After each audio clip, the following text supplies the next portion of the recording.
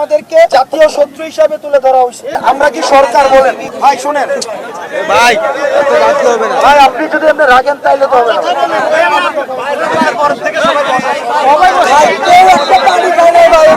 ভাই বিষয়টা হচ্ছে এমন, আমরা কি সরকার বলেন? আমরা কি সরকার? আমরা কি করছি? 5ই আগস্ট শেখ হাসিনারা ফালাইছি।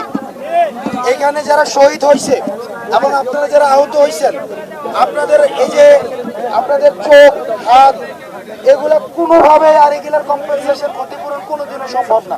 জি জি ভাই, আমি ওনাদের সাথে কথা বলতেছি ভাই, এটা তো রাখতেছেন। আমার মনে আছে 6 তারিখ থেকে প্রত্যেকটা হসপিটালে আমরা দৌড়ে দৌড়ে হচ্ছে রাতের 2টা-3টা পর্যন্ত আমরা এখানে গেছি। এখানে আমি স্পষ্ট মনে করতে পারি আমদাদকে। আমদাদ হচ্ছে এই যে এখানে যে চক্ষু যে হসপিটালটা আছে, এই চক্ষু হসপিটালে ওর সাথে আমাদের কথাবার্তা হয়েছে।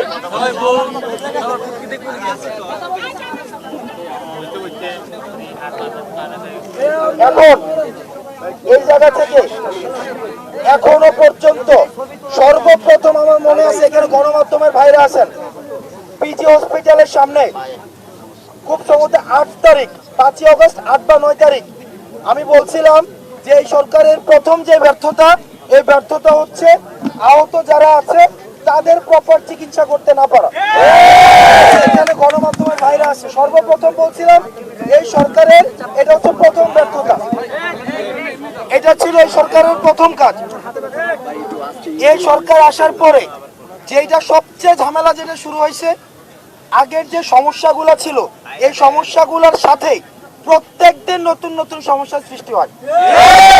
একদম প্রত্যেক দিন আওয়ামী মিডিয়া সেল বিদেশে বসে শত শত কোটি টাকা ইনভেস্ট করে আমাদের এগেনস্টে এখন মোটামুটি আমাদেরকে জাতীয় শত্রু হিসাবে তুলে ধরা হয়েছে।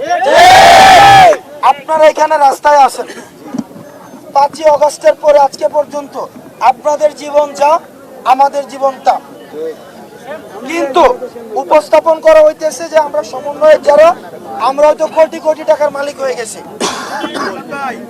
ভাই আমার কথা একটু ভাই শোনেন, ভাই আমার কথাটা একটু শোনেন ভাই।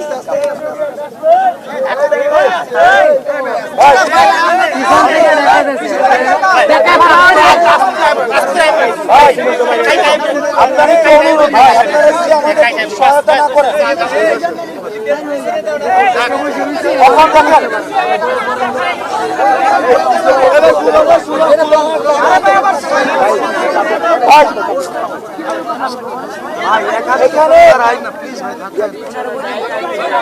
এখানে সব